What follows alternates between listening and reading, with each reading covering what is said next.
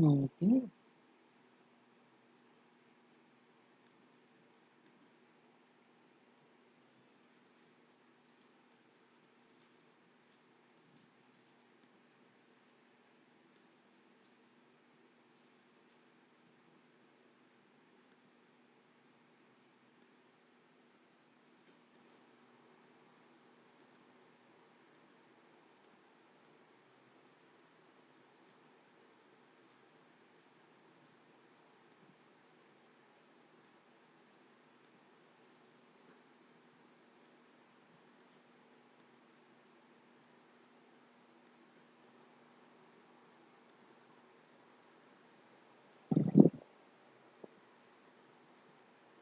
Yun. So if ever you're watching, comment lang. Tanaw na to kung if it's working.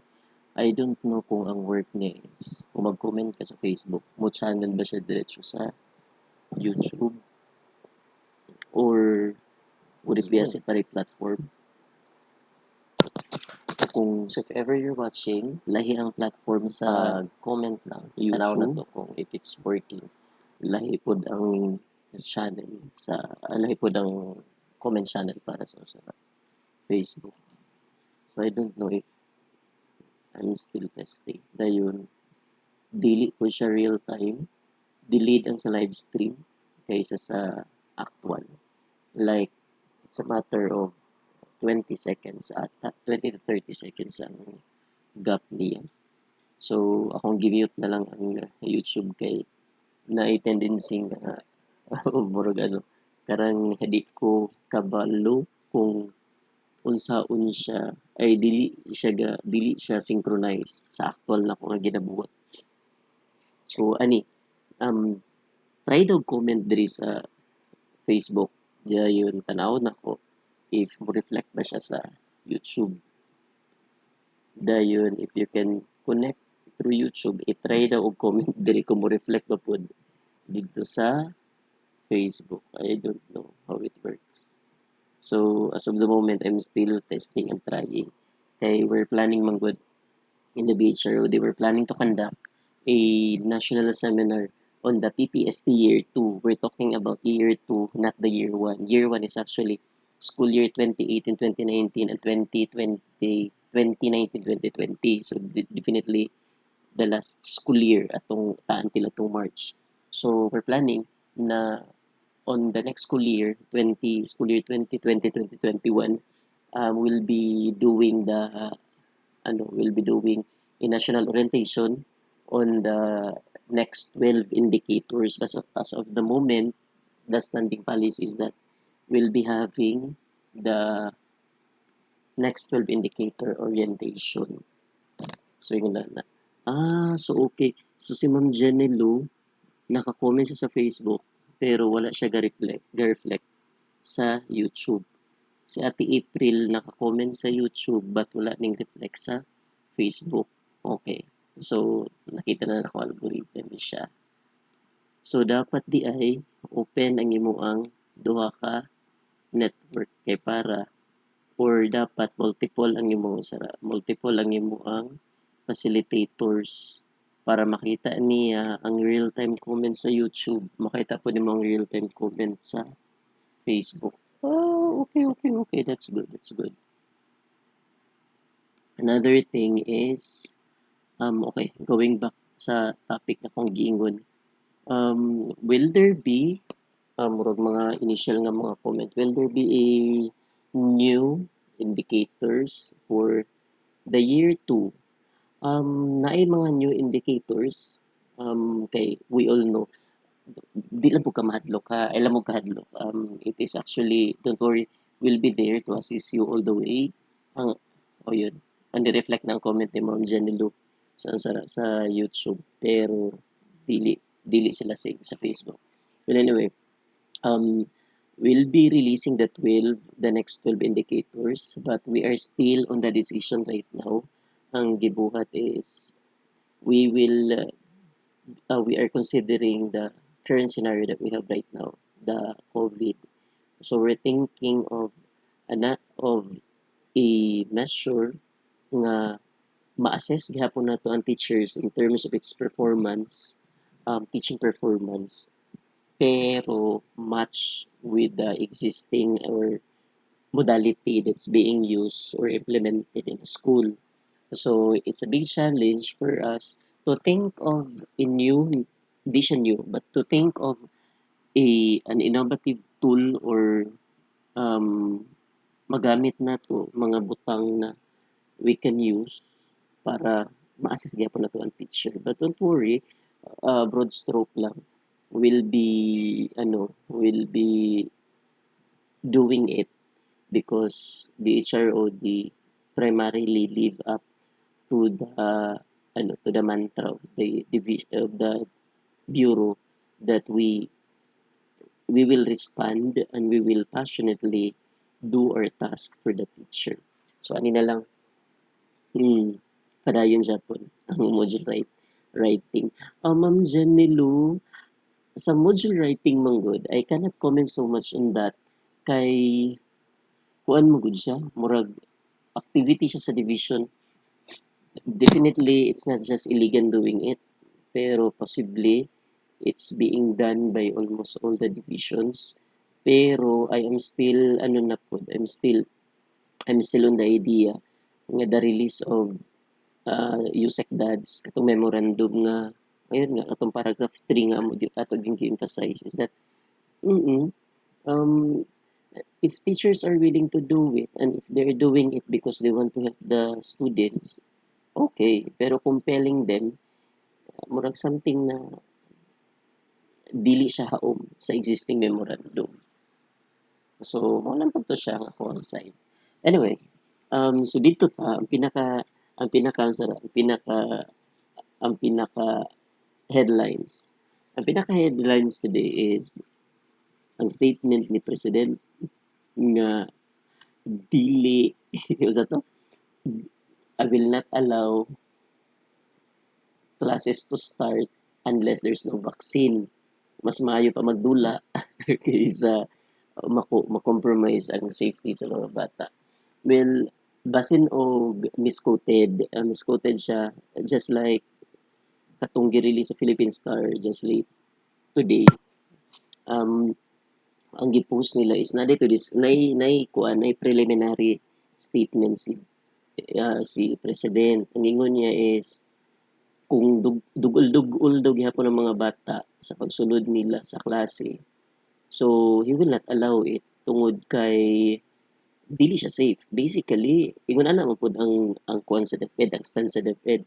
We won't allow if any school will not follow safety protocols for our learners. And of course, other than learning nga atong mahatag sa bata, why we're doing all these modalities and preparation is also advocating safety for our learners. Moro gyud nga ato ang hunahuna sa DepEd. Disclaimer lang ha, all the statement that I'm doing right now is not an official statement of DepEd. It is actually my perception and how I understand things. So, don't quote me nga mo din siya ang palisiya sa ibang Pilipinas.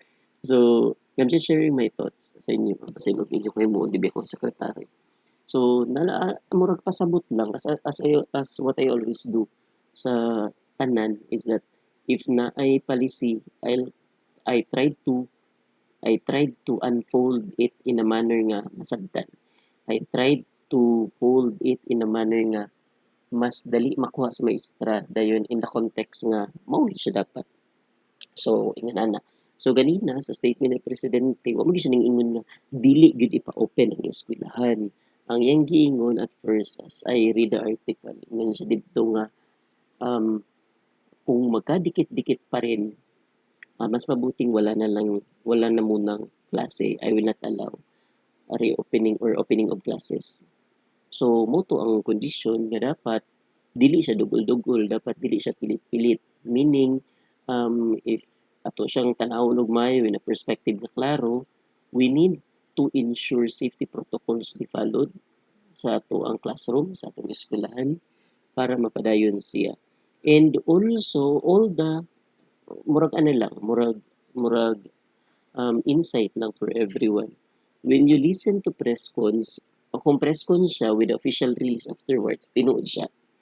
Pero kung press con siya, then wala pa yung official release or official mandate, broad stroke na siya. So meaning, naapay possibilities or naay possibility nga madayon ang iyang gisulti or naay possibility nga ingon ana ang inclination. Pero dili siya automatic nga fix as long as walay signed nga mga policies. So if you're going to look at it, um, ang tanang isulti sa bisan kinsa nga nasa press con kung walay official statement nga gibasa kay na mag-usay nga pangutana nga impromptu. So kung impromptu nga pangutana, as a leader magud pod, it is a pros and cons. A double-bladed na it's a double-blade question. Kung impromptu, it could have a positive and also a negative effect. Example, kung mangutana nga, will you allow reopening of classes?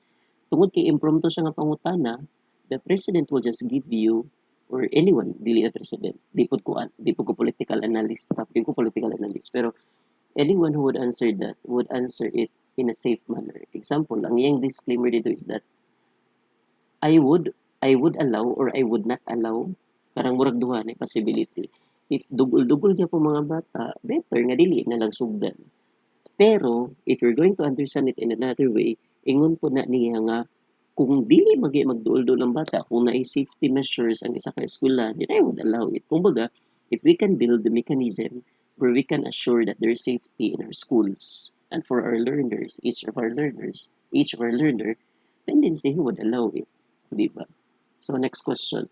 Sir, naay possibility nga tangon ang face-to-face option. Will there be a possibility?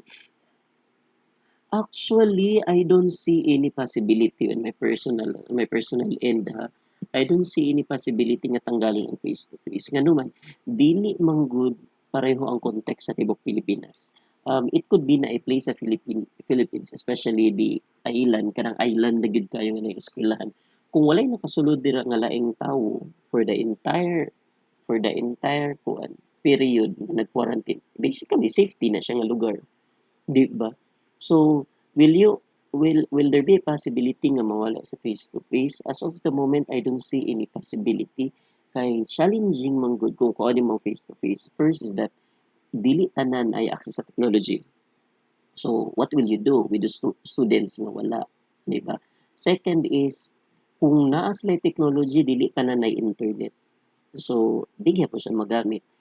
Third is kung naay radio, yes, radio-based instruction could be used, pero on the assessment part or in monitoring the progress of learners, I guess it would require face-to-face, pero it would be lesser exposure sa face-to-face, but following the minimum health standards or basin masayop or basin ma-misconstrued ko ninyo, ang following the set protocols of safety and murag safety protocols in terms of sa COVID as prescribed by the DOH or the Interagency Task Force.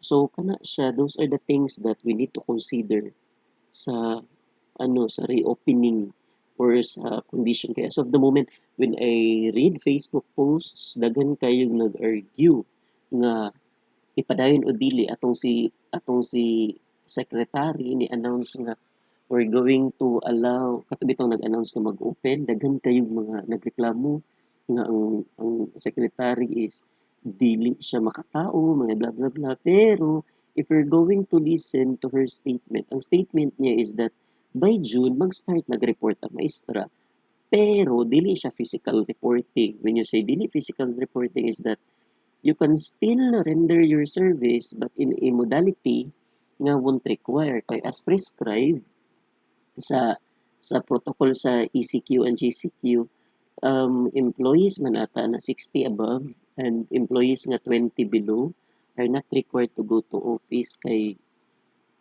health-wise ang ilang immune system is dili pa gid siya ingon ana ka stable. So tendency basig maput at risk siya.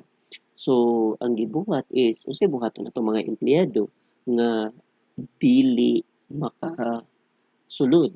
So basically na po tayo measures ana nga kung mag-work from home sila napoy tay mechanisms on checking their attendance, napoy tay mechanisms in rendering their service, or siguro ha, I'm using siguro, or siguro we're going to maximize their talents para ma-deliver na 'tong online modality.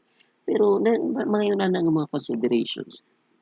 Ang ato lang purpose is that even if you will report physically or you're going to render your work from you're going to render your services in a work from home arrangement, natay mechanism or will be following a mechanism nga maka-render gyapon ang tanan sa sakto og uh, rightful and lawful service. Mangingon ana nga sila nga setup. So, mao to siya. Okay, try ra gyud akong live ari kung unsa day sa tapaning live sa Facebook. So, dili siya pareho ay sa Facebook, sa YouTube eh. So, di siya pareho sa live sa YouTube na real time nga I can interact with you. Kini man gud kay wala lang for conversation lang din. Di kay nako makita diretso ang kuan ang comment, di nako makita diretso ang interaction sa viewers. All I can see is that there are 6 people watching and there are 1, 2, 3, 6 comments in YouTube, 1 comment in Facebook. Ingon ana siya ang setup. Uy, live stream 16 minutes sa day ko. So, yun na. Uh, once again, I'll be deleting of this trial. Kaya again, trial, ano rin na siya, trial upload. Kaya naman din na to siya mo live stream diri if ever. So, katong plano na to on the module, i-try na to og channel diri. So, again, in kuan sa to ang group page sa Iligan Teachers Channel, it's a free space. Free space meaning you can express your thoughts and feelings and even ask questions or motivate other teachers or involve other teachers in some other improvements. Ang purpose ato ang group is not to create chaos but to build partnership, to build strong connection, and to be connected with one another. Kay the thing is, we have to be one in illegal, especially nga same atong context. So regardless if you are from a hinterland or a coastal area school, central or non-central, high school or elementary, basically we share common sentiments, especially sa illegal. So ang ato lang din is magtinabangay. So kung nakay concern, we'll try to address it, we'll try to help you. If wala, we'll try to lobby it to someone who could help us better. Kasi kung na lang ato ang punto ano nga itong i-create ang channel for everyone. So I hope you're going to invite more friends, more teacher friends sa atong group and where we are targeting that all teachers in Iligan City will be part of that group kay nindot na kitang tanan magkahiusa. So nindot na kitang tanan mag sinabtan ay nindot na kitang tanan magdungan sa pag-serve murag one stroke in serving and in educating our children. So one stroke lang kay para makasunod ang tanan ug makapalo ang tanan sa instruction. So right now kabalo ko nga the same pod ang pangitabo regardless kung naa ka sa Luzon or sa Mindanao same ra man gihapon as of the moment nagyapon ta sa feeling na dili pa kayo ka secure sa atong environment in terms of health and safety. So napatay na nga feeling. I just hope that everyone is feeling safe right now. I just hope everyone is safely doing their task at home. And I hope everyone is guided properly as to the things that you should do as teacher. So ano lang, don't worry. Everyone in DepEd is thinking for your welfare and dili mabalaka kay di mabalaka kay the priority of DepEd right now is to assist teachers, educate children, and make it make create a harmonious environment for both school heads, teachers, supervisors, and every employees, regardless if you're teaching or non-teaching. So muna itong itry o create nga environment para sa tanan. Kay dili dili sayod mo trabaho sa environment nga dili na nagkasinabot. So ani lang, if you are facing challenges right now, may it be towards your co-teacher or your administrator or your supervisor, ang inyong buhaton is try to think of something na karang try to understand ay mo react. Try to ask question, clarify things. Murag ay nga na lang, murag sinabtanay sa sugod. Dayon kung dili magani, try to practice open communication. Una na gid nga practice atong gusto no. Eh wa may gusto guro eskwela ni gubot. Kakapoy po na kinabuhi nga gubot perminti oy, di ba kapoy siya. So two-way process siya, di siya one way nga perminti kini mo adjust kay siya mo itaas or ikaw mo adjust kay ikaw mo nasa ubos. It's a two-way process. You meet halfway. If you think if you think ka na ay padulungan ng inyo ang programa, do it. Participate. If you think ka na kay wala na sabdan sa inyong programa, ask question. Inganan na lang yun. Ask question and practice open communication. Kung wala may butang nga dili ma-resolve kung mag-istorya, di ba? Pero kung magilom-hilom mo, magdinumtanay, magdinautay, it will lead you nowhere but to distraction lang yun. So, magstorya. Ha? Magstorya, mangutana, o magsinabtan ay mag-respeto ay. So, ano lang, I'm going to end my life in here. So, ako lang is panginaot o pangamuyo na you are safe from home and you are doing fine and you're doing well with your family and friends. So, enjoy, DepEd. Na question. Okay, one of the challenges sa mga school karon is to maintain enrollment the previous year. Daghang parents nga commit nga dili sa eskwelahan ng children. Sa intervention ng himuon. I guess murag exceptional man pud guro karon. That's why we're offering modalities, different multi ano parang multiple modalities, multimodals. Ang purpose lang yun is that we can cater all or every kind of students regardless of their situation. Pero kung di nagi parents nga di magpa-eskwela because of their their concern nga basin dili safe or hadlok pa sila, we can offer them na basin kaya mag-online, basin kaya mag-modular, basin kaya mag-Yunani. But still, if they opt not to enroll their children, I guess wala tayo mabuhat. But at least we tried at our end nga to taga silang tagag option. Kaya usahay mong good, they might be skeptical of enrolling their children inside the school tungod kay wala sila kabalo sa unsay gi-prepare sa DepEd for them. So, but only if we can communicate to them nga naaday tayo ingon ani nga klase, lahi-lahi nga klase nga modality para sa itong mga bata, that could as well help them decide kung unsaon. As of the moment nang siguro, naa sila yung mga information nga na-miss, naa sila yung mga information nga wa pa nasabtan, and it's very normal. Very normal. The same na po na sa ito mga teachers. Even if teachers na tayo employed in DepEd, still all of us don't have the same thinking and the same kuan perception on the opening of classes. Na uban nga nahadlok, na uban nga nasuko, na uban nga nalipay nga di mapadayon, na uban nga nalipay nga ipadayon. So mix. Actually, we just need to let people understand the purpose and try to build relevance sa ato ang plano. Kay as so long that we cannot build that relevance to each teacher, to each employee, to each parents, to each child, to each learner, we cannot achieve the goal or the target that we're planning. Kay wala man nato na build ang relevance. But if we can build and we can implant that very simple relevance of why we should open the school year or why should we continue the education to our learners, kung di nato na siya matanom, di na siya mutubo, di nato na siya masabtan. So ano lang, um, please don't think of the possibility nga di ma-open, kay possibly ma-open, but also don't close your door nga di siya ma-open. But again, the mandate of DepEd is to deliver education.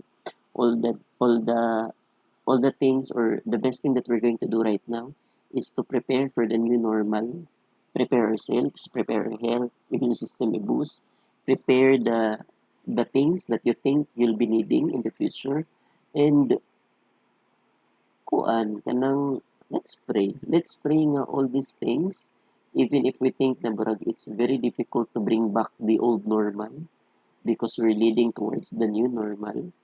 Let's just pray nga all things will turn well, and all these things that um we are experiencing this time will become blessings at the end. So mora gina atong pangamuyo, mura tong gusto kay as of the moment nothing is certain. Nothing is certain. So ang ato lang mabuhat is to prepare ourselves. Um, Part of that preparation is to accept that lisod pa ibalik ang old normal.